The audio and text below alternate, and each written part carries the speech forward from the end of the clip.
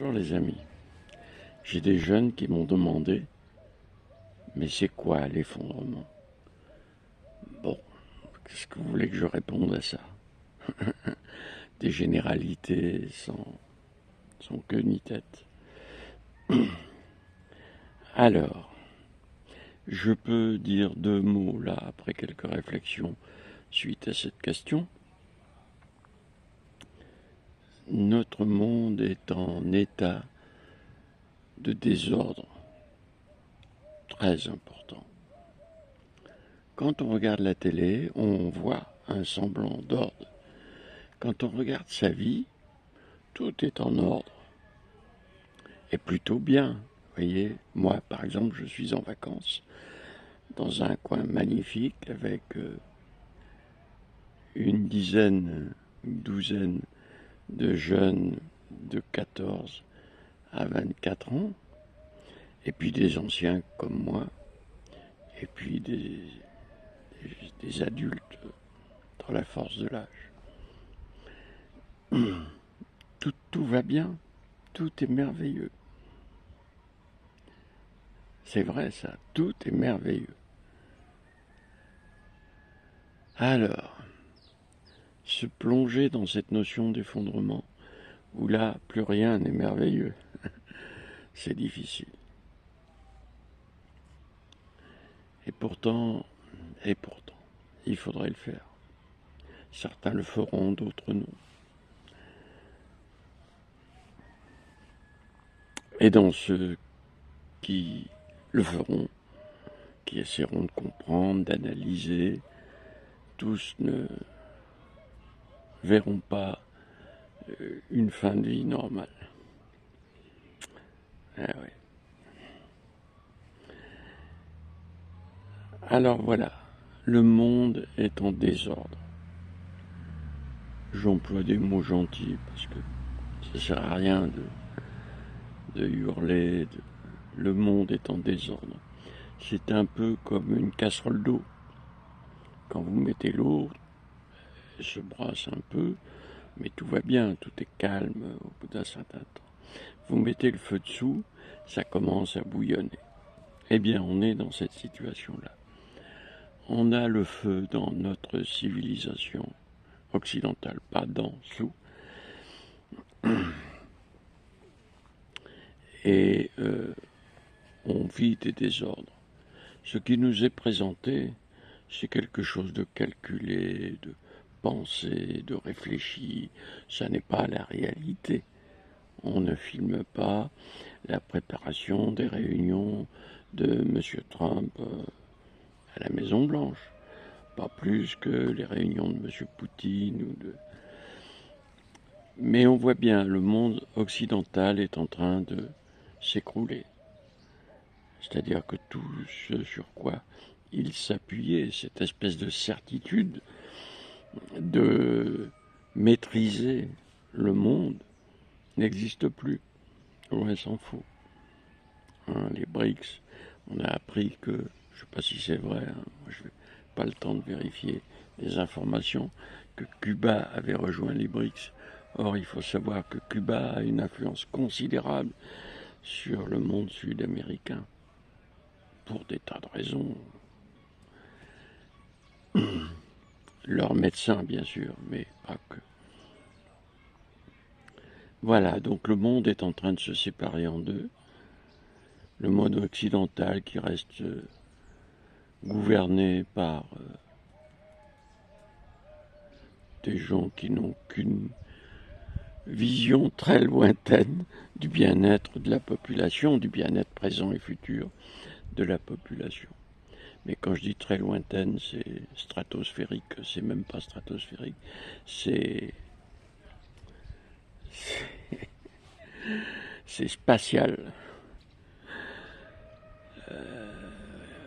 Ils sont des outils, des mécaniques, de choses beaucoup plus puissantes qu'on ne voit pas.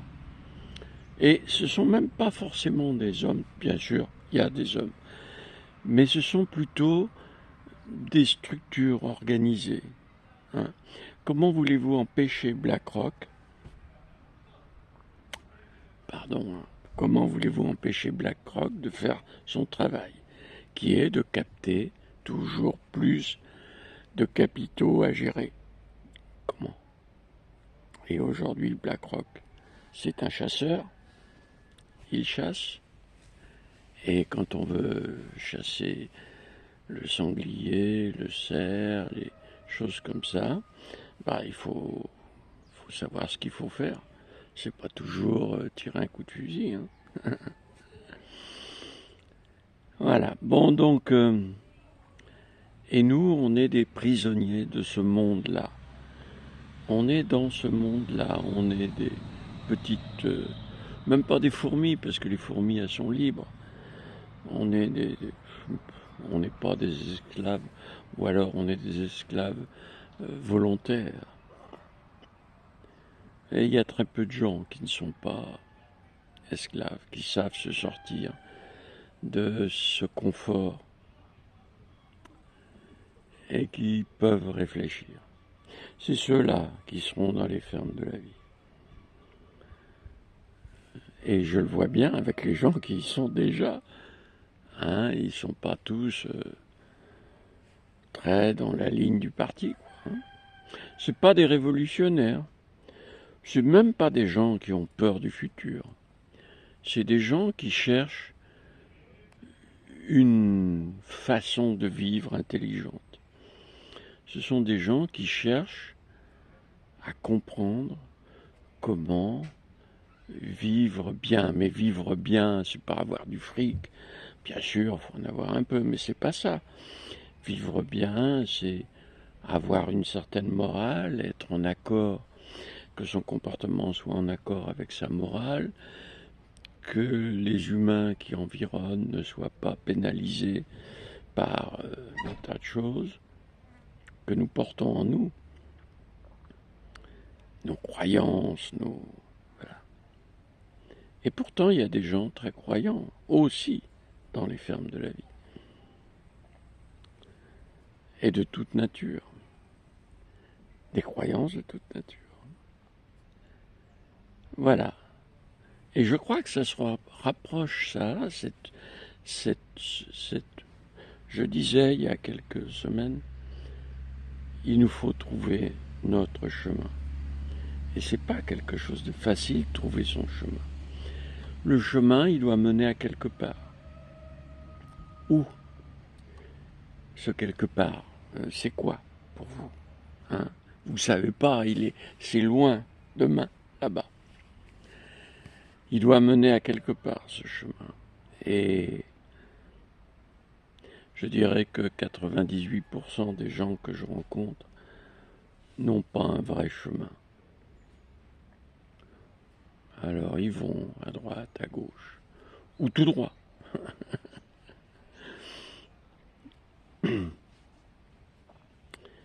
Ils n'ont pas le sens de la continuité de la vie. Voilà, alors d'un côté, vous avez ce désordre que personne ne peut stopper. Personne.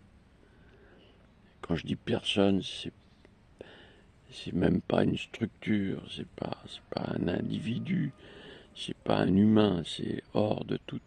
Parce qu'il n'y a pas que les décisions qu'on pourrait appeler politiques. Il y a toute l'infrastructure qui est là autour de nous. Par exemple, la distribution du courant électrique qui vieillit. Bon, certains d'entre vous ont eu une vieille bagnole. Quand on est jeune, en général, on a des vieilles bagnoles. Et voilà, et un jour, cette vieille bagnole, elle s'arrête sur le bord de la route, avec une petite fumée qui sort du moteur. Et on sait que c'est mort. Elle est bonne pour la casse. Et entre le fonctionnement quand elle était neuve et le fonctionnement là, sur le bord de la route fumante, vous voyez, il y a toute une histoire. Cette histoire, la distribution du courant, elle l'a vécue. Alors elle a peut-être encore quelques années à vivre, j'espère. J'espère. Mais tout de même, il faut bien penser que ce sont des machines vieillissantes auxquelles on vient greffer de nouveaux trucs. sans trop analyser, sans trop comprendre, parce que les concepteurs sont plus là, parce que les gens qui ont consacré leur vie, les gens d'EDF par exemple en France, qui ont consacré leur vie à ce sacerdoce, parce qu'ils avaient un métier certes, mais ils avaient aussi un sacerdoce qui était que le courant soit distribué dans toutes les maisons. Et ils ont réussi, hein. Et pas que chez nous, hein. En Espagne, au Portugal, en Allemagne, partout, le courant est distribué. Ils sont très rares, les maisons qui se contentent de quelques panneaux solaires. Donc vous voyez, d'un côté, il y a ce désordre qui prend de plus en plus d'ampleur. Et vous êtes confortable à m'écouter là, hein? Mais il y a combien de millions de gens en France, je pourrais même presque dire dizaines de millions, qui n'ont pas ce confort, qui ne savent pas ce qu'ils vont manger ce soir, hein? C'est pas grave, ils se démerdent, hein, c'est pas grave. Quand on regarde le monde, on voit ça, et puis on continue, on voit les gamins d'Ukraine sous les bombes, on voit les gens de Gaza sous les bombes. Pourquoi? Pourquoi tout ça? Pourquoi tout ça? Et donc, il y a ce désordre-là, contre lequel on ne peut rien, dans lequel on ne peut pas trouver un vrai chemin. Hein? Il n'y a pas de vrai chemin dans ce monde-là, à part gagner du fric. Gagner du fric. Et pour certains, c'est vrai, gagner du pouvoir.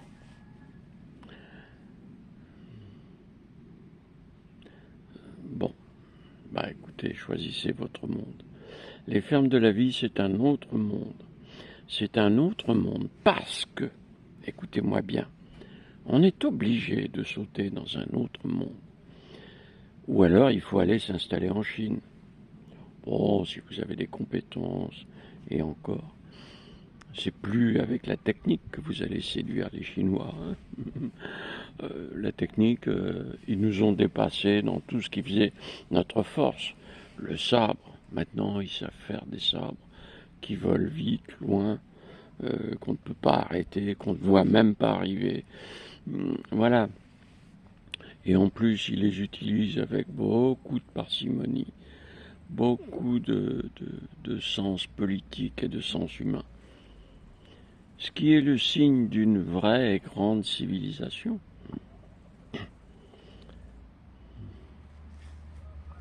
Oh là là, cette vidéo va me faire beaucoup d'ennemis. Ah, j'espère que les gens qui pensent à rentrer dans les fermes de la vie, vous n'allez pas être effrayés par ce que je dis.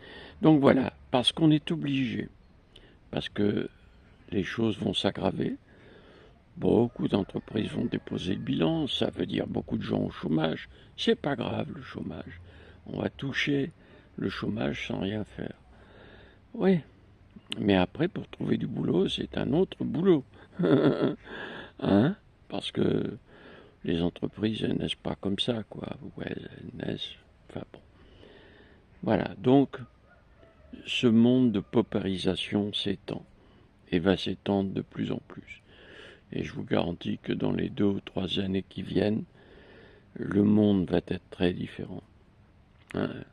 Je sais pas, l'IA fait pour 30 € par mois ce que 3 ou 4 personnes font pour chacune 5 000 € par mois. Ah, faites le calcul, vous seriez patron, vous feriez quoi? Hein? Et ils sont gentils, hein, les patrons. C'est pas des gens méchants. C'est des gens qui font du business. Parce que s'ils ne suivent pas le mouvement, leurs concurrents suivent, eux, le mouvement. Et ils vont se faire écraser. Donc, la logique de cette civilisation, c'est ça. On ne peut pas en sortir. Voilà. Donc, on va sauter dans une autre civilisation parce qu'on y est contraint je dirais stratégiquement, tactiquement, et parce qu'on va y être contraint physiquement. C'est-à-dire qu'à partir du moment où le courant est coupé, 10 jours après, si vous n'avez pas de solution, vous êtes mort. Alors pas tout de suite, hein, on sait bien. Malheureusement, on ne meurt pas tout de suite. Donc voilà, vous voyez, cette civilisation est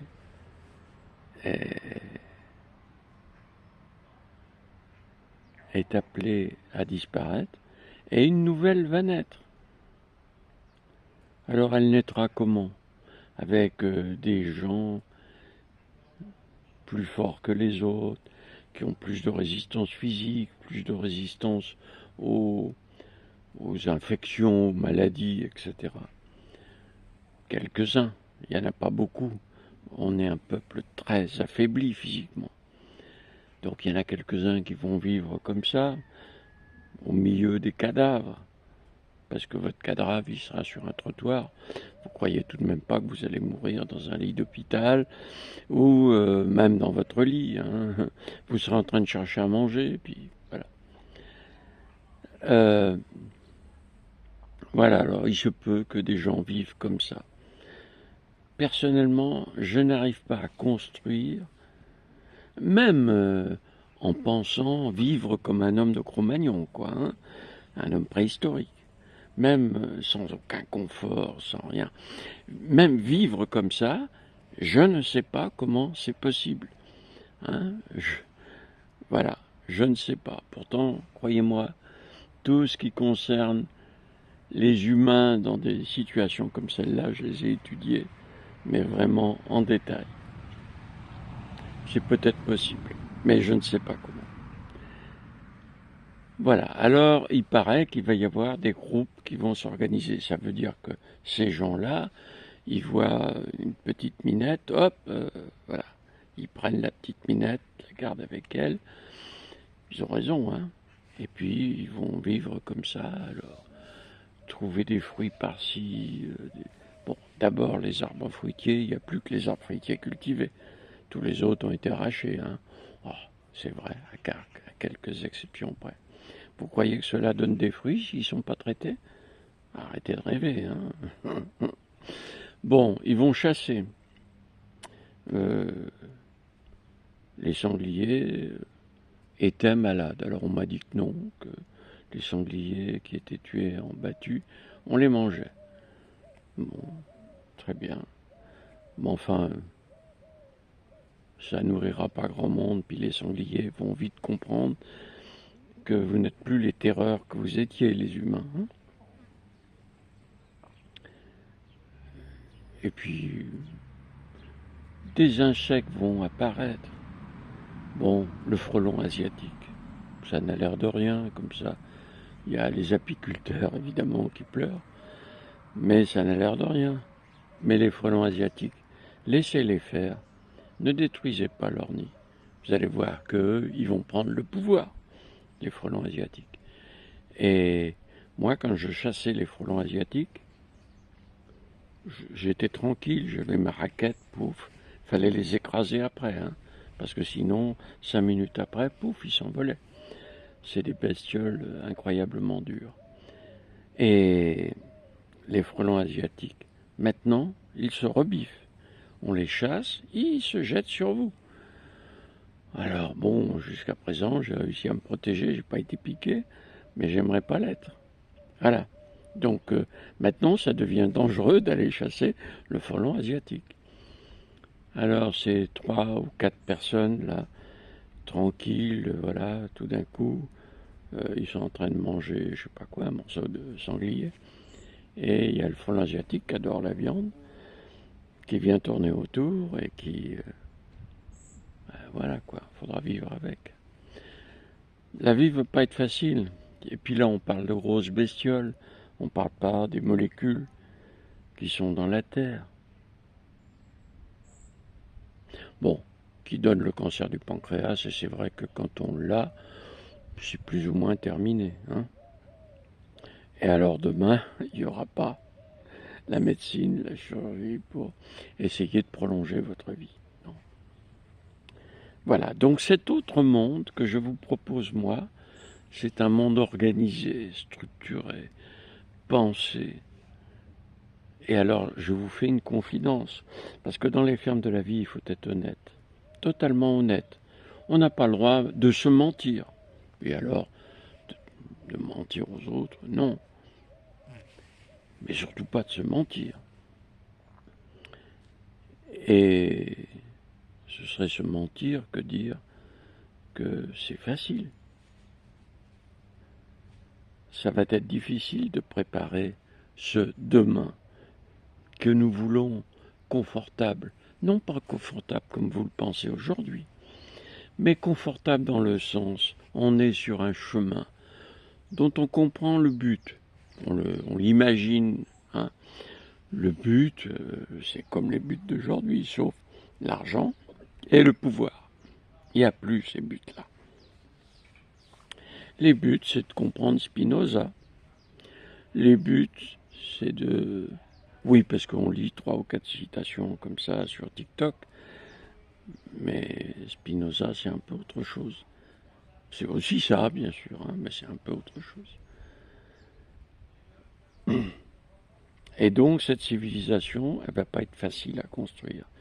Moi, j'ai fait ce que j'appelle la structure de base, ce qui permet de mettre la vraie connaissance.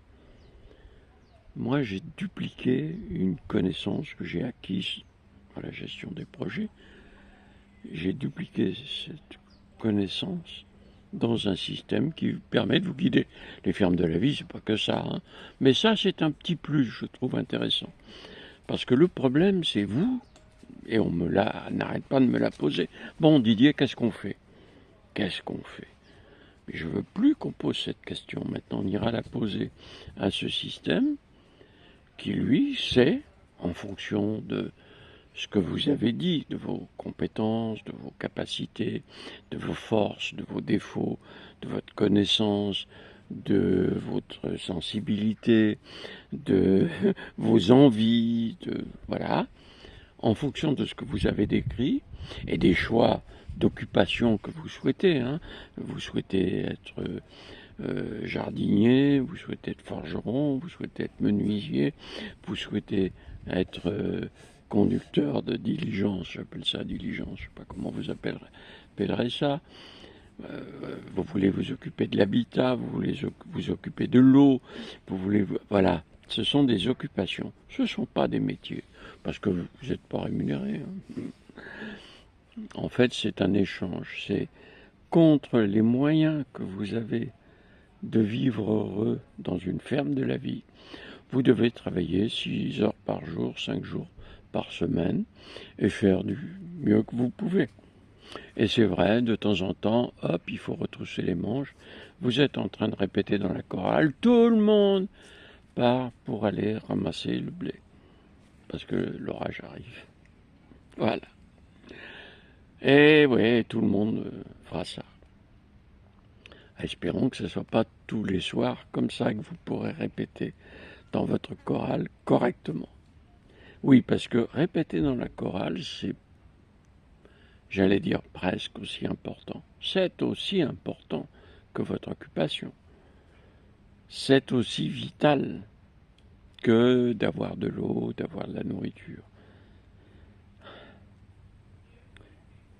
Conserver la culture qu'on a acquise en essayant d'éliminer les défauts de cette culture. Et même construire naturellement, pas besoin de se forcer, construire naturellement la nouvelle culture, celle que vous allez associer à la culture ancienne. Il y a du travail, quoi. Hein. Il y a du travail physique et il y a du travail intellectuel. Et ça, ce qui est proposé là, c'est bien pour les jeunes, c'est bien pour les moins jeunes, c'est bien pour les anciens. Là, il y a conflit d'intérêts. J'arrête pas de le répéter, mais je veux que personne n'oublie, ne sache pas que Je suis conscient de ça. Hein. Mais bon, avant, j'espère que j'aurai passé l'arme à gauche avant l'effondrement. Voilà, bon, je vais arrêter là. Si vous pouviez avoir écouté ça jusqu'au bout, si vous pouviez imaginer que c'est quelque chose de fondamental. Bon, je ne vais pas en rajouter, réfléchissez. Le site laviedemain.org, s'inscrire. On vous demande rien, hein, s'inscrire, c'est pas une démarche qui vous engage en quoi que ce soit. Et d'ailleurs, on ne vous connaît pas. Vous vous inscrivez pour recevoir 5-6 mails. Et si vous n'avez pas répondu au bout de ces 5-6 mails, on vous oublie. Et comme on n'est pas très gentil, on l'est, mais pas pour tout le monde.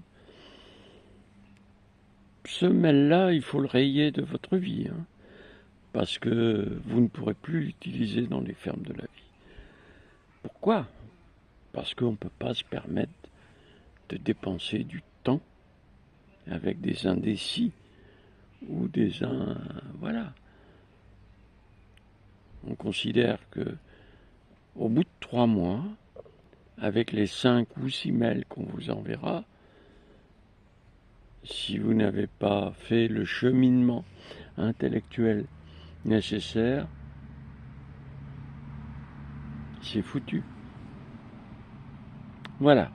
Donc on veut connaître votre prénom, vous même n'importe quel prénom, Tartampion. Les mails seront intitulés « Bonjour, monsieur ou madame Tartampion ». Voilà.